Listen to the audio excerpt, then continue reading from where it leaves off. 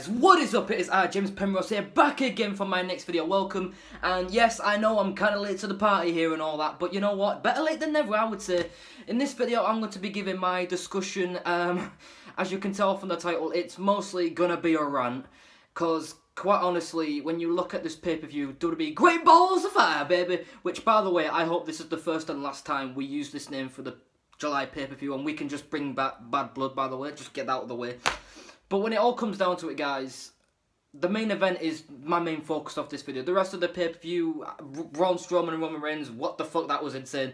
But for this video, I'm going to be talking about the main event, the match that the only match that anyone really cared about for this pay-per-view, to be truly honest. The Universal Championship match, Brock Lesnar defending against the Destroyer, Samoa Joe.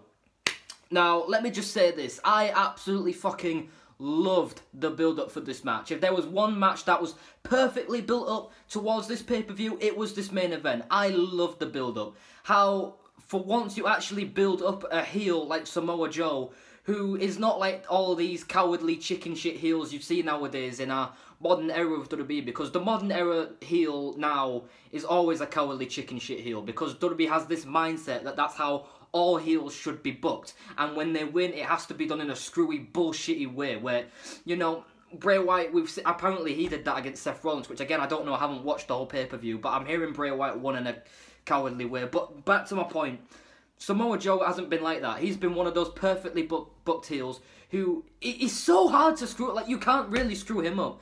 Like, he's booked in a way where he's dominant, he wins clean as a heel, and he doesn't back down from any challenge. He looks strong, especially going into this match against Brock Lesnar. He has been on fire with his promos, attacking Paul Heyman, you know, attacking Brock Lesnar as well, getting the coquina clutch on Brock Lesnar. How you had that interview on the Go Home Raw before Great Balls of Fire, how they were going back and forth, and then Samoa Joe's like, you know what, fuck this, I'm coming for you, Brock. And then he gets restrained by security and Kurt Angle. Like, that I bloody loved.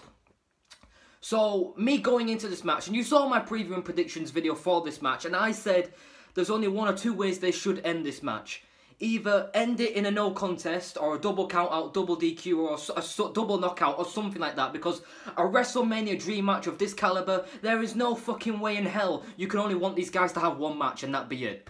There's absolutely no way. And the reason that they would probably screw this up, which they did, and the only way that they could screw this up, which they did, was have simply Brock Lesnar win, and that's it. Just have Brock Lesnar beat Samoa Joe after all the hype, all the build-up, have Samoa Joe lose to 1F5, and shabang, that's it. It's all over. The one thing that they had... And if they didn't have, like, and I'm not even saying Samoa Joe had to win this match, man. Just have it end in a no contest, a draw, and then have it go on to SummerSlam, and then have one final match. And it could be even better, add a stipulation. And then you can put Samoa Joe over in the biggest possible way to help him become a star in WWE. Obviously, he's a star worldwide, but in WWE, that's the main focus now, of course. And you go into the match, and I actually love the start of the match. How you have Samoa Joe, before the match has even started, the bell's even rung, anything, just completely dominate Brock Lesnar. Hits the Uranagi, I think it's called, through the table on Brock Lesnar, and Brock Lesnar's in trouble straight away. Then the match starts, and I've got to say, even though it was only 6 minutes, Samoa Joe beat the living shit out of Brock Lesnar. Had the coquina clutch in him multiple times, and for 6 minutes, they did what they had to do. I'm not going to say it was the match I was expecting, to be honest. I was expecting quite better, but they went overtime, so it couldn't have gone any longer, really, to be honest. So they backed themselves into a corner there straight away. But the ending, though, I just don't understand, for the life of me, why Samoa Joe couldn't have kicked out of that F5. Oh, because we have to make the F5 look strong. But why? I mean, what's the point? If Undertaker can kick out a 3, which obviously he can because he's the dead man, but if all these other guys like Cena and Triple H and, of course, Undertaker have to bring his... and all these other great guys, if they can kick out of at least 2 F5s, why the hell can't Samoa Joe kick out of 1? And it might seem like I'm bitching and moaning just for the sake of bitching and moaning, but you got to understand, Samoa Joe is that guy that can get the job done, that can kick out of an F5, or so you would think. But no, the moment an F5's hit on Samoa Joe, of all people, boom, match is over, goodbye, see you later, and that's it. And it was just the most, for me, it was the most anticlimactic ending to a WrestleMania dream match. A match that should be main event in WrestleMania 34. Instead of having main event on this pay-per-view. Was it good? Yeah. Could it have been the greatest? It could have been better for me, personally. But I just don't see how this benefits anyone. How this benefits anyone by having Brock Lesnar retain. And some people are saying, well, you know, even though Samoa Joe lost, he still looked great in the match. Yeah, he did look great in the match. But in a case like this, if you look strong in the match and you still lose, it means nothing. It means absolutely nothing. Oh, you dominate a match, that makes it alright. No! All the build-up, all the hype to have him lose to 1F5 and the feud's over. Done. Like, and some people are saying, oh, they might do a second match. Don't worry, they might do a second match. Why? Lesnar's already won, guys. What's the point? Predictability, it's over, guys. It's done. It's not going to happen again. And if it does, it's going to be done in somewhere where, and even I won't mind this, to be fair. They'll probably do, like, at SummerSlam, maybe a triple threat or a fatal four where you add Braun Strowman and Roman Reigns in there with Brock Lesnar and Samoa Joe. Maybe you could do a fatal four match. I would love to see that, but no, they won't do it. What they're going to do is have Roman Reigns versus Brock Lesnar. Oh, shoot me through the fucking brain. But if there is one consolation to that, it's the fact that if we're going to do it at SummerSlam, we need to get it out of the way. Because the last thing I want in my fucking life is to do that match at WrestleMania 34. Like, honestly, that would be the biggest train wreck of all train wrecks, guys. So to do it at SummerSlam, well, yes, it would also be agonising and it would be terrible. Because, you know, oh, they both beat Undertaker, so who's the number one? Like, it's honestly so stupid. But if they're going to do it at SummerSlam, I'd prefer that over WrestleMania. So I say get it out of the way. I'd actually prefer Braun Strowman versus Brock Lesnar and have Braun Strowman go over Brock Lesnar. I mean, why the hell can't he? I mean, at this point, Braun Strowman, he's top man right now. He is top man. I fucking love Braun Strowman now. About almost a year ago, I wouldn't have said that. But the way they built him up, I love Braun Strowman. So if he was to become the Universal Champion, no issues whatsoever with me. We're creating a new star there.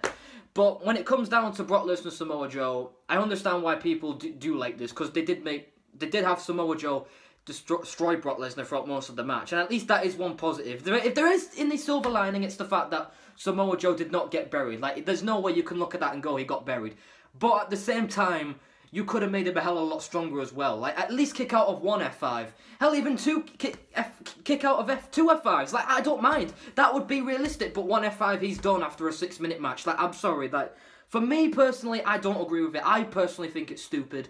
We could have made this go on a hell of a lot more. The storyline, the feud call for it to go for another match at SummerSlam or any other pay-per-view. I don't mind. But Lesnar wins, one F5, and the feud's done. And it's just... And that's another thing as well. Where do we go from here? Because like I said, I don't think they're going to do another match with these two. So where do you go from here?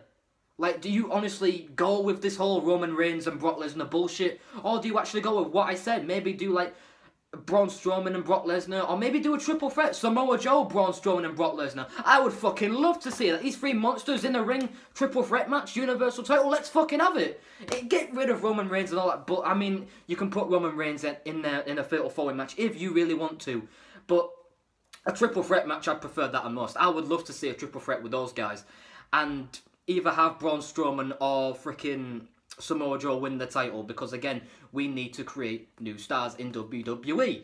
That is the main focus, and when it comes down to this, they could have done more with this match. They went overtime, I know, they were kind of backed into a corner, but I just feel like with all the hype given for this match, it called for Samoa Joe to win, and hell, not even him to win, but just for the feud to carry on for another match at SummerSlam, like in a way where both guys look strong. But for me, it was a wasted opportunity for me. A WrestleMania dream match, and I don't feel like it was treated that way in terms of the match quality and the outcome. So, do you think I'm just bitching for the sake of bitching? Because honestly, I'm not really. But if you feel like I'm just talking out of strike, leave it in the comments below and be honest, and we can have a discussion about this. Just be respectful at all times.